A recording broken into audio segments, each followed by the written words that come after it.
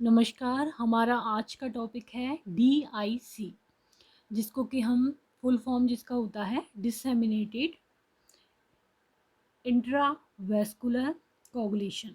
इसमें जो वेस्कुलर होता है, ब्लड वेसल्स होते हैं, उसका जो कोगुलेशन होता है वो डिसेमिनेटेड हो जाता है, मतलब कि वो जो नॉर्मल होता है उससे अलग होने लग जाता है। ये सीरियस डिसऑर्डर है ये, in which the proteins that control blood clotting become over active. इसमें क्या होता है, जो प्रोटीन जो हमारे ब्लड कोगुलेशन को देखते हैं वो क्या हो जाते हैं, वो प्रोटीन ओवर एक्टिव हो जाते हैं। तो बेसिकली ये क्या है, कोगुलेशन से संबंधित डिसऑर्डर है। तो इसमें जैसे मान लो यहाँ पर किसी व्यक्ति को इंजरी हुई है हाथ में, तो क्या होगा, यदि ये DIC होता है उस व्यक्ति के, तो जो भी क्लॉटिंग फैक्टर्स हैं पूरे शरीर में वो यहाँ पर इस ब्लीडिंग को क्लॉट करने के लिए यहाँ पर इकट्ठे होने लग जाते हैं इस जगह पे। और उससे क्या होता है, पूरी बॉडी का जो क्लॉटिंग सिस्टम है वो इम्बैलेंस हो जाता है और जगह क्या होने लग जाती है, ब्लीडिंग होने लग जाती है। इसके अलावा इसका दूसरा ये है कि जो ये ब्लड वेसल्स हैं, इनमें क्या है, क्लॉट बनने लग जाते हैं। उससे क्या है, ब्लड प्रॉपरली जा नहीं पाता, किस जो भी वाइटल्स ऑर्गन्स होते हैं जैसे लंग है या फिर हम कह सकते हैं किडनी है, इन सबको वाइटल ऑर्गन्स को ब्लड प्रॉपरली नहीं पहुंच पाता, क्योंकि क्लॉटिंग हो जाती है। इस वजह से हर ब्लड वेसल्स में छोटी बड़ी में क्लॉट बनने लग जाते हैं इस वजह से। तो वाइटल ऑर्गन्स में जब ब्लड की कमी हो जाएगी तो वो अफेक्टेड होंगे, इससे पूरे ही सिस्टम पे इफेक्ट पड़ता है। तो disseminated intravascular coagulation is characterised by systemic activation of blood coagulation. इसमें क्या है, सिस्टमेटिक एक्टिवेशन हो जाता है, यानी कि हर जो भी ब्लड वेसल्स हैं बॉडी की उनमें एक्टिव हो जाता है blood coagulation, which result in generation and deposition of fibrin. उससे क्या होता है, ब्लड वेसल्स में फिब्रिन डिपॉजिट होने लग जाता है, leading to microvascular thrombi in various organs. और हर ऑर्गन्स के जो वेसल्स होती हैं उनमें माइक्रो वेस्कुलर थ्रोम्बाई बन जाते हैं, थ्रोम्बस क्लॉट बन जाते हैं, contributing to multiple organ dysfunction. इससे क्या हो जाता है, जो भी मल्टीपल ऑर्गन्स हैं, मेजर ऑर्गन्स हैं ह्यूमन बॉडी में, उनका डिसफंक्शन हो जाता है, प्रॉपरली वो फंक्शन नहीं कर पाते हैं, क्योंकि वहाँ पर ब्लड सप्लाई पूरी तरह से नहीं पहुँच पाती है। तो एक बार वापस से देखते हैं हमको। Disseminated intravascular coagulation is characterised by systemic activation of blood coagulation का इंपॉर्टेंट रोल है इसमें, which result in generation and deposition of fibrin leading to microvascular thrombi in various organs and contributing to multiple organ dysfunction। अब हम यदि बात करें कि इसका कॉज मेनली क्या होता है, तो underlying cause is usually due to inflammation हुआ है, कोई भी एक बॉडी में इन्फेक्शन हुआ है, और या फिर कैंसर हुआ है, तो इनकी वजह से हो सकता है इन्फ्लामेशन, इन्फेक्शन एंड कैंसर।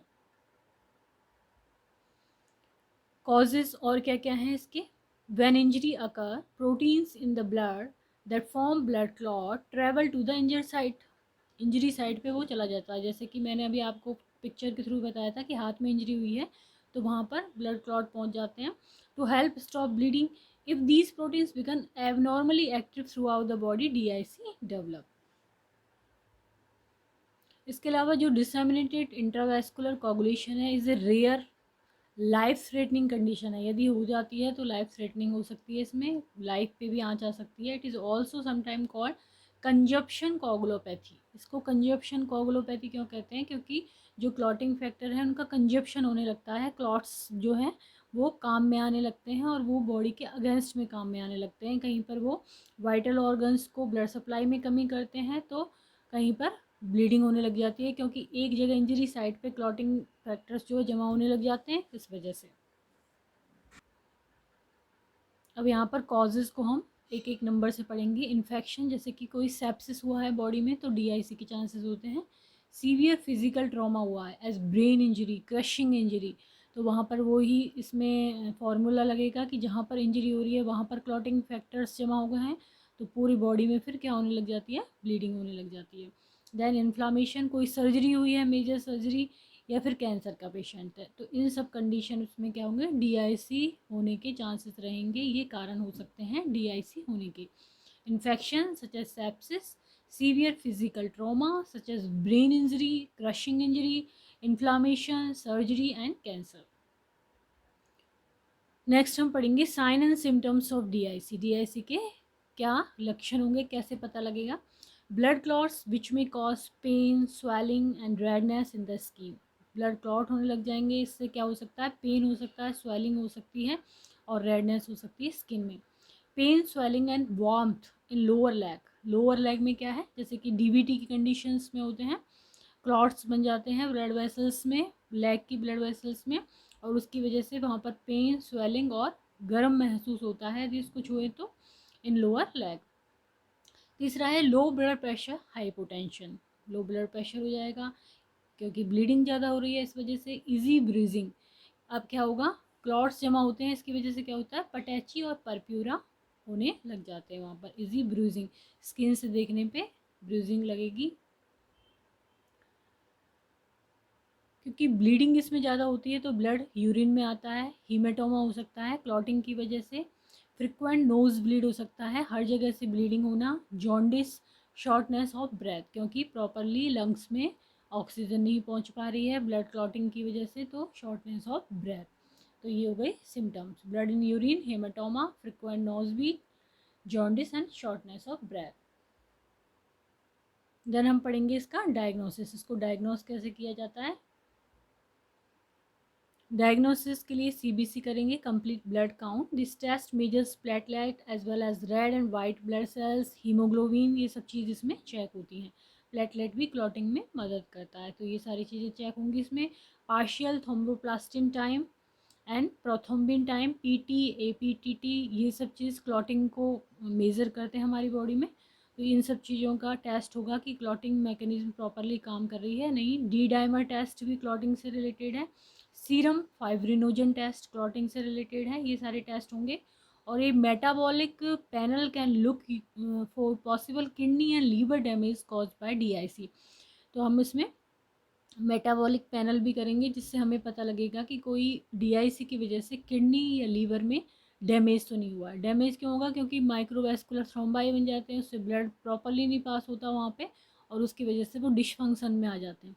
तो ये हमें मेटाबॉलिक पैनल से पता चलेगा। तो ये डायग्नोसिस में यूज़ आने वाले टेस्ट हैं, CBC, PT, APTT, D dimer test and serum fibrinogen test and metabolic panel. Then आते हैं कॉम्प्लिकेशन ऑफ डीआईसी। कॉम्प्लिकेशन क्या होगी इसकी होने की वजह से, तो ये मेनली सारे जो भी मेजर ऑर्गन हैं उनको अफेक्ट करता है। तो हार्ट अटैक होने का, स्ट्रोक होने का, स्ट्रोक जो ब्लड वेसल्स जो ब्रेन को सप्लाई कर रहे हैं ब्लड, वो प्रॉपरली सप्लाई नहीं करते, तो stroke. Failure of vital organ such as liver, kidney, bleeding in GIT में भी ब्लीडिंग होने लग जाती है। Excessive bleeding, haemorrhage that may lead to death, इतनी ब्लीडिंग होना जिसकी वजह से डेथ भी हो सकती है। देन शॉक भी हो सकता है क्योंकि ब्लीडिंग ज़्यादा हो रही है। एक्यूट रेस्पिरेटरी डिस्ट्रेस सिंड्रोम हो सकता है which develop from low blood oxygen to lung. Lung में जो ऑक्सीजन की सप्लाई है कम होने से ARDS भी हो सकता है। ब्लड क्लॉट्स इन लंग, पल्मोनरी एम्बोलिज्म हो सकता है जो कि एक एमरजेंसी कंडीशन होती है। ब्लड क्लॉट्स इन लेग, डीप वेन थ्रोम्बोसिस, जिसकी वजह से लेग में सिम्टम्स दिखाई देते हैं, पेन, स्वेलिंग एंड बाम, और नेक्स्ट डेथ। तो इस तरह से ये सारी कॉम्प्लिकेशन हो सकती हैं डीआईसी की वजह से।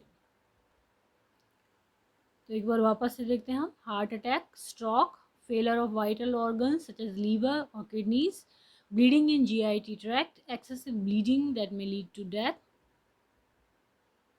and shock, acute respiratory distress syndrome which develop from low blood oxygen to lungs, blood clot in lungs जिसको कहते हैं हम pulmonary embolism, blood clot in legs जिसको कहते हैं डीप वेन थ्रोम्बोसिस या DVT, और डेथ।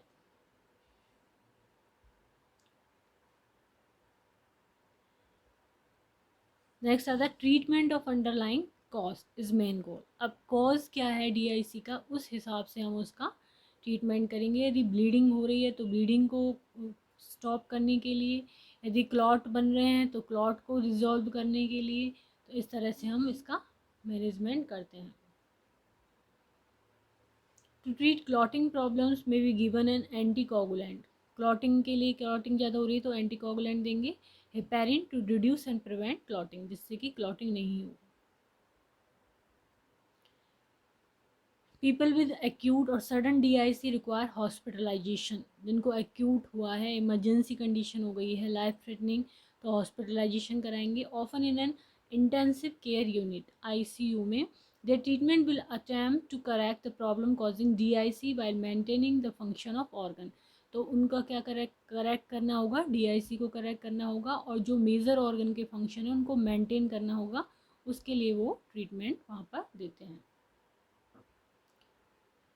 इसके अलावा यदि ब्लीडिंग ज़्यादा हुई है तो क्या करेंगे हम, blood transfusion may be needed to replace the missing platelets, क्योंकि ब्लीडिंग के दौरान जो प्लेटलेट का लॉस हुआ है उसको मैनेज करने के लिए हम ब्लड ट्रांसफ्यूजन देंगे। Plasma transfusion have the ability to replace the clotting factor. Plasma transfusion से क्या होगा, जो क्लॉटिंग फैक्टर लूज हुए हैं, लॉस हुए हैं, वो रिप्लेस हो जाते हैं। तो आज का हमारा टॉपिक था DIC, जिसमें कि क्या हो जाता है, कोगुलेशन में प्रॉब्लम होने लग जाती है और इसकी वजह से सारे ऑर्गन्स में प्रॉब्लम होने लग जाती है। तो यदि ये वीडियो आपको पसंद आता है तो इसको लाइक करें, चैनल को सब्सक्राइब करें, कमेंट करें एंड शेयर करें। Thank you.